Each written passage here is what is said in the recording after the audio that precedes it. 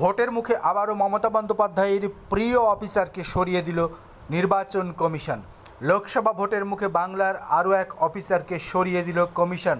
DIG Murshidabad range Mukesh কুমারকে সরিয়ে দেওয়া হলো। 2019 সালে মুকেশ কুমার মুর্শিদাবাদ জেলার এসপি ছিলেন। পরবর্তী সময়ে তাকে মুর্শিদাবাদ এবং নদিয়া রেঞ্জের ডিআইজি করা হয়। ঠিক কী কারণে আইপিএস মুকেশ কুমারকে নির্বাচন কমিশন সরিয়ে দিয়েছে তা স্পষ্ট নয়।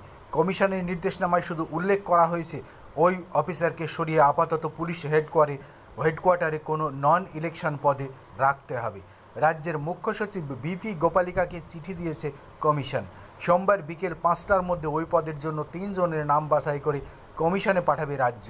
তাদের মধ্যে থেকে একজনকে মুর্শিদাবাদের নতুন ডিআইজি পদে নিয়োগ করবে কমিশন। আইপিএস অফিসারের বিরুদ্ধে শাসক দলের হয়ে কাজ করার অভিযোগ করেছিলেন অধীর রঞ্জন চৌধুরী। বহরমপুরের কংগ্রেস প্রার্থীর দাবি ছিল মুকেশ কুমার মুর্শিদাবাদের এসপি থাকাকালীন সব থানায় যে কজন ওসি ও আইসি ছিলেন, ডিআইজি হওয়ার পর সেই অফিসারদের তিনি আবার থানায় নিয়ে এসেছেন। অধীরের অভিযোগ, ওইসব পুলিশ আধিকারিকরা তৃণমূল কংগ্রেসের হয়ে দিনের পর দিন কাজ করে গেছেন। এখন সেই অফিসারদেরই ফিরিয়ে নিয়ে আসা হচ্ছে জেলায়, যার নেপথ্যে ছিলেন আইপিএস মুকেশ কুমার। এই বিষয়ে নির্বাচন কমিশনে অভিযোগ জানিয়েছিলেন অধীর। জল্পনা তারপরেই অধীরের কথা মতোই নাকি সরিয়ে দিল নির্বাচন কমিশন। আপাতত মুকেশ কুমারকে নন ইলেকশন পদে বহাল রাখার নির্দেশ দিল নির্বাচন কমিশন।